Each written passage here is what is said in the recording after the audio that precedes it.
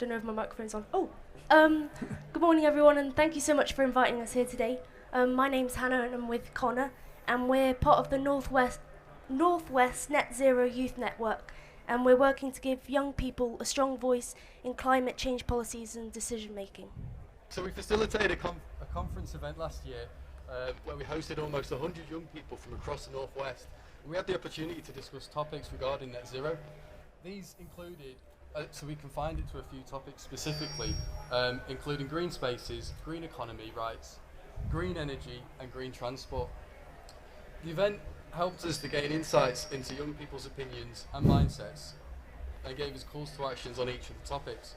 And we're really thankful to have some great topic experts who supported us in the event, so providing some key factual guidance in our workshops on the day. The aim of the event was to collect and pass on opinions, thoughts and findings from young people to those who have power to create change. This is in the hope that those in the positions to create change will take necessary climate action to reduce our impact on the planet.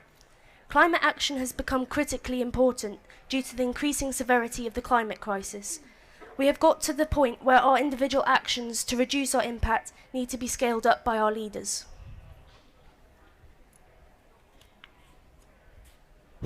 We're proud and honoured to have this opportunity to provide a network, forming a voice for young people across the Northwest region. But with this opportunity comes the responsibility to ensure that voices are heard and to avoid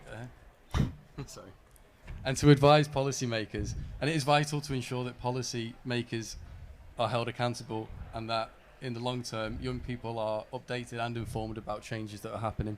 As a brief overview from the event we ran with the young people, we found a huge passion for net zero and change for a better climate.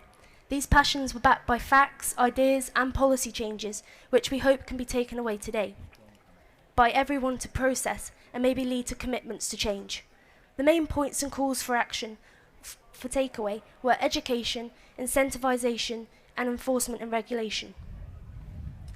Young people understand the current financial state is difficult for businesses, especially small ones, so making changes for the climate can be especially difficult. For this, they suggested guidance and financial support and subsidies in different formats, including relief and grants in return for businesses going greener.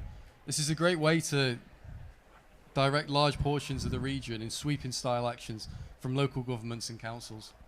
Another key takeaway was young people's interest in providing further education on climate change. This is because education helps to improve the capacity of communities to cope with changes to climate change and can help people to feel empowered to use their voice to create change. But for education to have this effect, we not only need to think about what we're being taught, but how we're being taught. We need an education system where we don't just learn things to pass tests, but a system where we're empowered to make change and given a voice. It's also important to realise that whilst education is highly important, it has to go hand in hand with solid action. Raising awareness and improving the community's capacity can't go all the way in solving climate change. We need solid action from those in power. The final takeaway that we got from the day was need for enforcement and regulation in tackling the climate crisis, so people are held accountable and change truly happens. It is important to have a strict stance in strategic areas to ensure the most success in change. And some of these places that young people believe could be targeted include plastics, meats, carbon production, environmental checks against business operations. Green spaces are also especially important when discussing the topic of regulation and enforcement. Green spaces such as urban parks and wild peat bogs are continuously not protected. In the UK, 97% of our peat bogs have been destroyed, although they are the largest carbon sequestrators.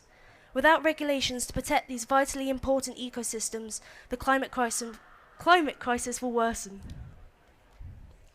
Thank you again for this opportunity for us to speak today to you all. We are glad to have this chance to stress the importance, like many will today, of net zero and the effects of climate change.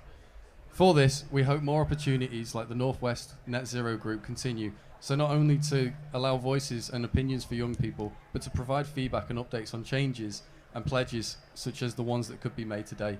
Thank you. Thank you.